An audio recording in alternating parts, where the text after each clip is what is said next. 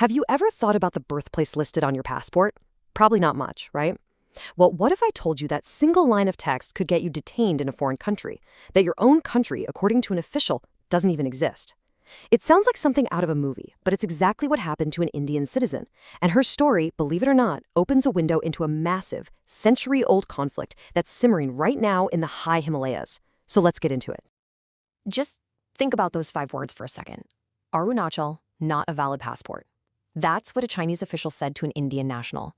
In an instant, a simple travel document became an international incident. A personal trip became a geopolitical crisis. So this is Prima Wangjomtongdog. She's a UK resident. And she was just trying to get to Japan. She had a 3-hour layover planned in Shanghai, a totally normal stop. But that 3-hour layover turned into an 18-hour nightmare. She was pulled aside, her documents were questioned, and her journey came to a dead stop. And the reason for all of this? One single line on her passport. Birthplace, Arunachal Pradesh, a state in northeast India. Now, as you can imagine, this didn't just stay a personal travel problem for long. Her detention immediately lit a diplomatic fuse, and what started with one person in an airport became a very, very public showdown between 2 of the world's biggest powers. And the official statements that came out after this, wow. They really show you just how far apart these 2 countries are on this issue. India's Ministry of External Affairs came out swinging, saying Arunachal is an integral and inalienable part of India, period. But China's response was just as blunt. Zangnan is China's territory. We have never recognized the so-called Arunachal Pradesh. I mean, there's just no middle ground there. 2 totally opposite realities. And here's the thing you have to understand. This wasn't some random one-off incident with an overzealous border agent. What happened to her is a direct result of a deliberate long-term strategy by China. It's kind of a different type of war, one that's fought not just with soldiers, but with maps, with names, and with official paperwork. Okay, so let's look at the actual territory we're talking about. This is the eastern sector of the border. What India and the rest of the world know as the state of Arunachal Pradesh, well, China claims the entire thing. For them, this land is South Tibet. And they've made it official. They don't even call it Arunachal Pradesh. In all their official documents, on all their maps, they call it Zangnan, which literally means South Tibet. This renaming is a really important part of their strategy, right? It's a way to build their narrative and reinforce their claim over and over again. So how do they actually do it? Well, it's this fascinating, almost insidious 3-step process. Some people call it a paper invasion. First, they just start publishing what they call standard maps that show Arunachala as part of China. Step 2, they begin standardizing the names of mountains, rivers, and towns, swapping out traditional local names for new Mandarin ones. And step 3, they publicize all this under the guise of official campaigns. It's a systematic way to try and create a new reality, at least on paper. So the big question is, how on earth did we get here? How did a line on a map get so contested that it can invalidate a person's passport today?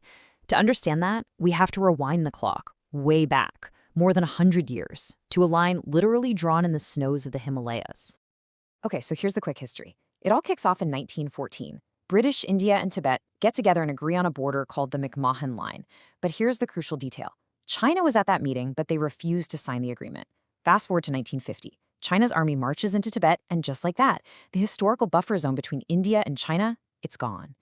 This leads directly to the 1962 Sino-Indian War, when Chinese troops pour across that same McMahon Line they never recognized. And it's not until 1972 that India formally names the region Arunachal Pradesh. And what's wild is that some people saw this coming from a mile away. Way back in 1950, even before the war, India's first Home Minister, Sardar Patel, wrote this chillingly accurate letter to the Prime Minister. He basically warned that China's actions were untrustworthy, and that they would absolutely use the fact that they never signed that old border agreement against India. He was right.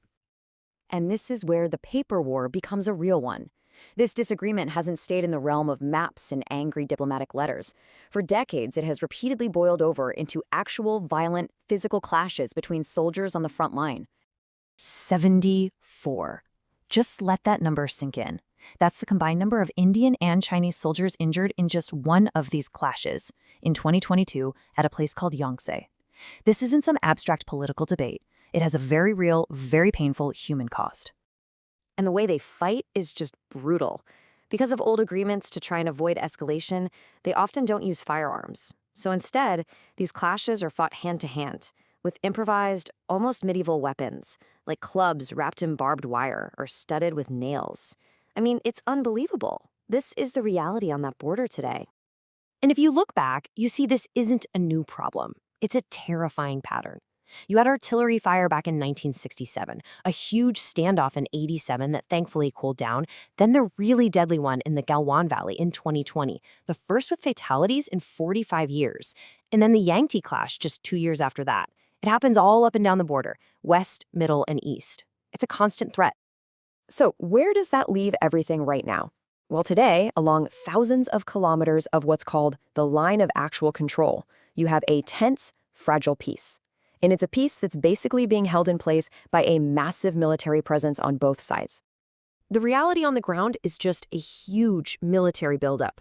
We're talking about two armies literally staring each other down, sometimes just meters apart. Satellite images don't lie. You can see new roads, new helipads, new military bunkers popping up all the time. India is racing to build its own strategic roads, like the one to Yangtse, just to keep up. The whole region is in a state of constant, high-alert tension. Which brings us right back to where we started. Back to Prema Wangjam Tongdok, stuck in an airport, being told her own identity wasn't valid because of a border dispute. It really makes you think, doesn't it? When a line drawn on a map over 100 years ago can invalidate your passport today and put two nuclear-armed neighbors on edge, what does a border truly mean? It's a question that, in this part of the world, isn't just being answered with ink and paper, but with soldiers, clubs, and the lives of people caught in the middle.